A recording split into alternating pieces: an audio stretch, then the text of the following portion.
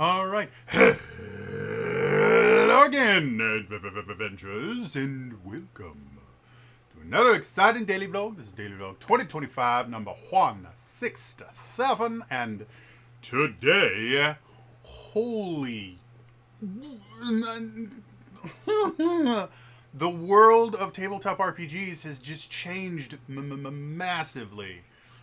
Quick update for those of you that have been here over the past few days and have seen things going poorly.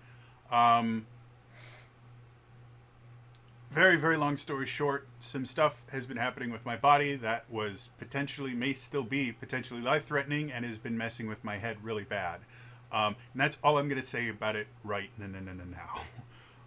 But I'm doing better today, which has happened once before. We will see where it goes. So, that being said, we just got some of the craziest news I think I have ever read. Pull the Band-Aid off. Jeremy Crawford and Chris Perkins work for Darrington Press. You know, the people that created DAGGERHEART? Yeah. Chris Perkins, who is retired, and Jeremy Crawford, who wasn't retired, have both officially signed with Darrington Press. That is nonsense. Originally, I was going to make a video today talking about what makes a good streaming RPG, but this is such massive news that I'll probably just record that video tomorrow. But, oh, man, so why does this matter? So, first things first. I just read an article by the LA Times that was kind of describing and talking about everything that happened. Sorry, I'm trying to bring it up, and the LA Times doesn't like me. So we're gonna do that. We're gonna do. Okay, cool. All right, sorry. So, the LA Times is locking it behind a paywall. But I was able to read it once before I accidentally closed the window, and now I can't read it again. So anyway, so why does this matter? So, if you remember when I made that video talking about Chris Perkins and I are friends, which means I now have a friend that works at Darrington Press. Guys, I don't think you quite understand just how long I am going to just hang on that idea, despite the fact that, again, I'm relatively certain Chris Perkins now barely knows who I am. He knows who I am because he retweeted me and said that he was my friend. But I'm just going to keep bringing this up over and over again because there's so few things in my life I could brag about, and this is one of them. So I now have a friend that works for Darrington Press. I'm just going to tell you guys that right now. It's amazing and cool. So,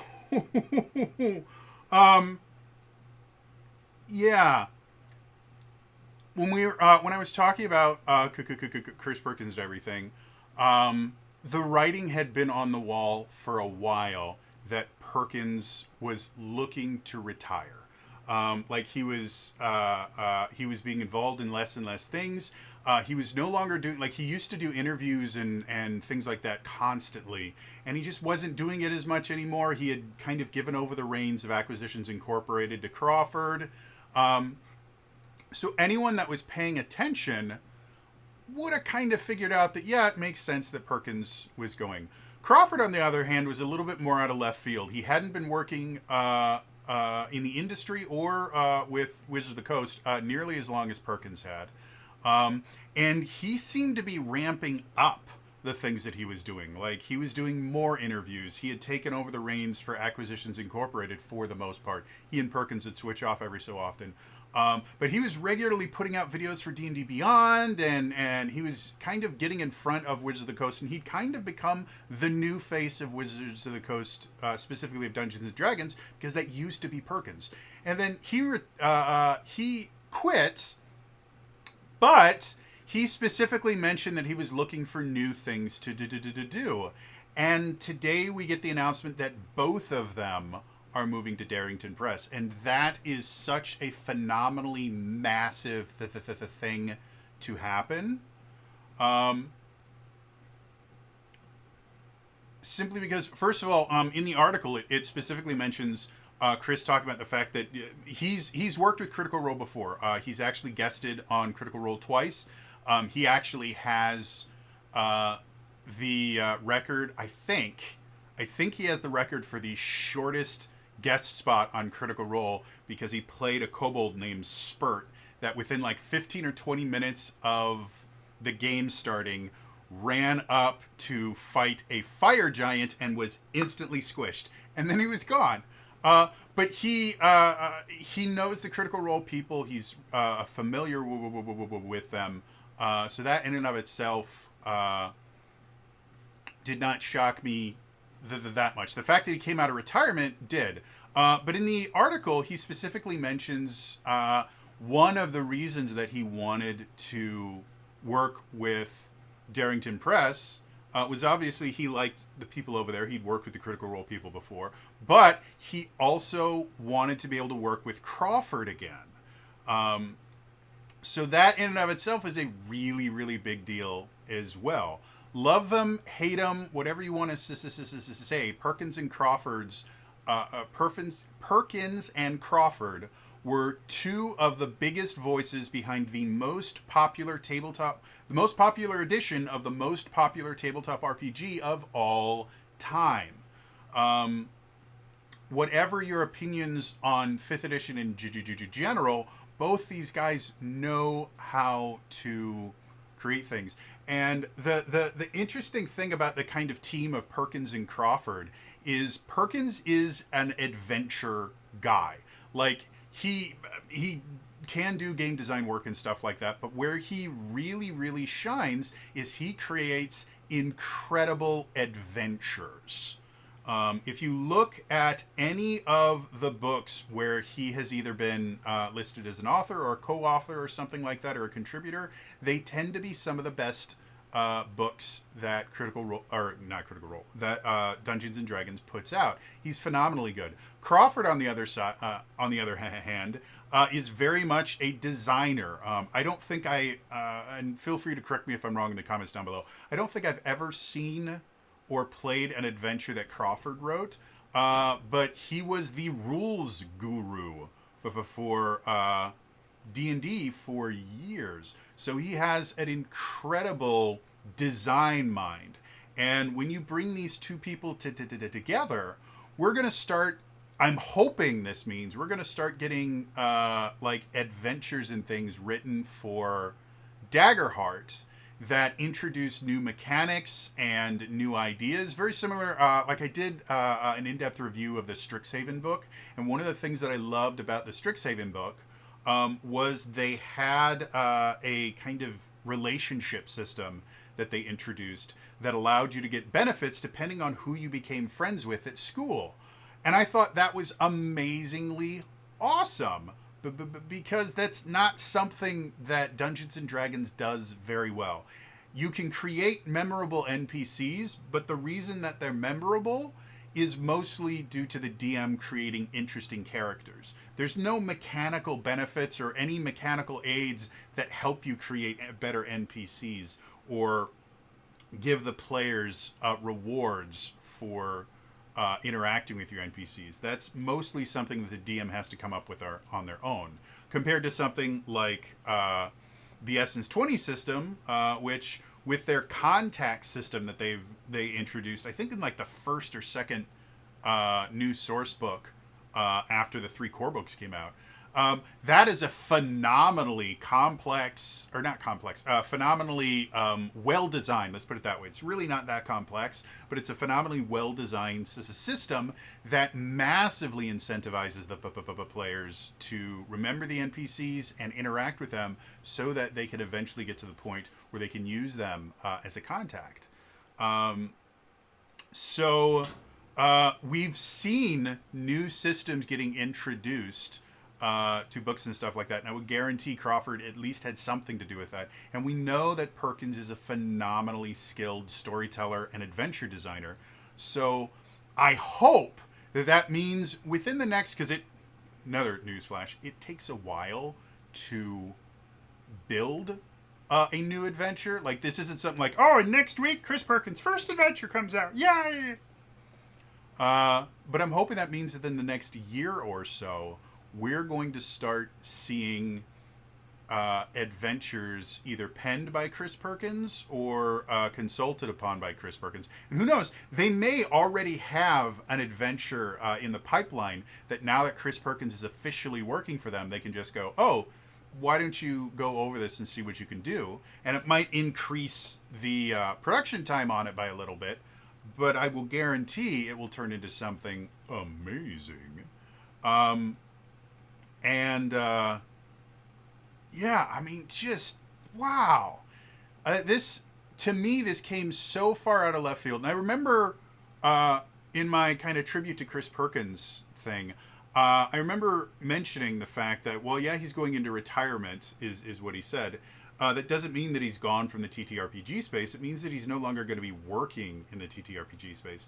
But maybe this means we're going to be able to see Chris Perkins actually play non-D&D games and other stuff like that, because when you're the face of Dungeons and Dragons, if you go and play in a different RPG, it kind of looks bad.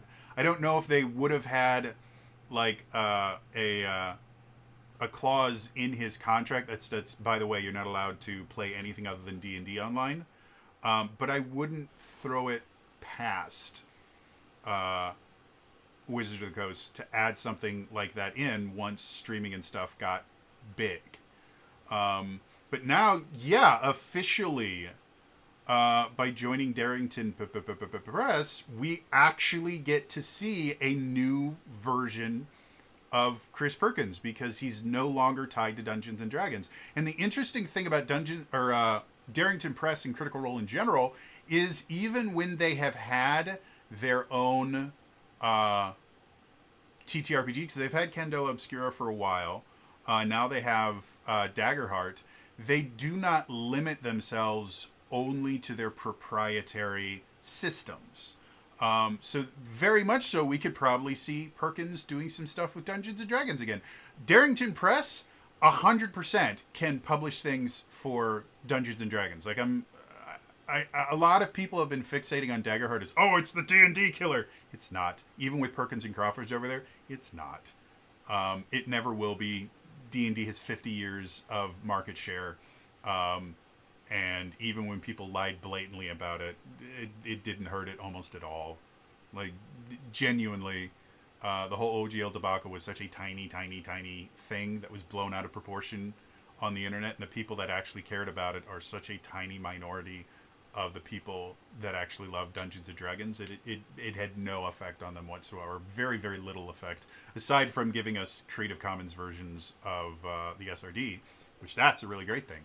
But Critical Role, not only could they publish their own Dungeons and Dragons material, and now they have two really, really seasoned D&D authors with them, they could probably get it published on D&D Beyond and make a mint over there, and then use that to get DAGGERHEART more popular.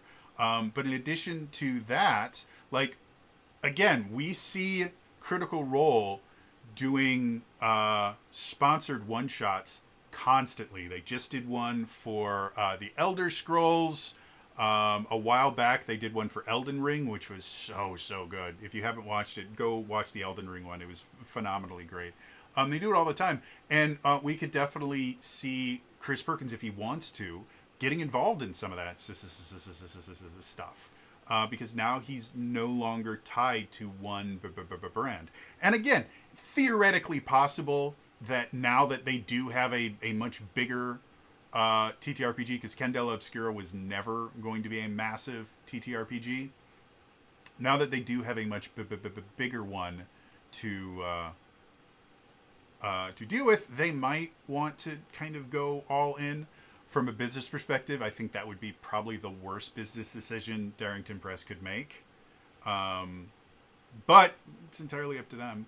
But yeah, Mr. Perkins and Mr. Crawford, if either of you guys are watching this, congratulations on the move. I have incredibly high hopes for what you're going to do at Darrington. No matter how long you stay, like if you guys are there for like a year or two, you are going to make that company better. And if you guys decide to stay and have a second career with Critical Role, go for it. Like, you guys have defined tabletop RPGs for like 20 years. I mean, you guys can write your own ticket wherever you want to go.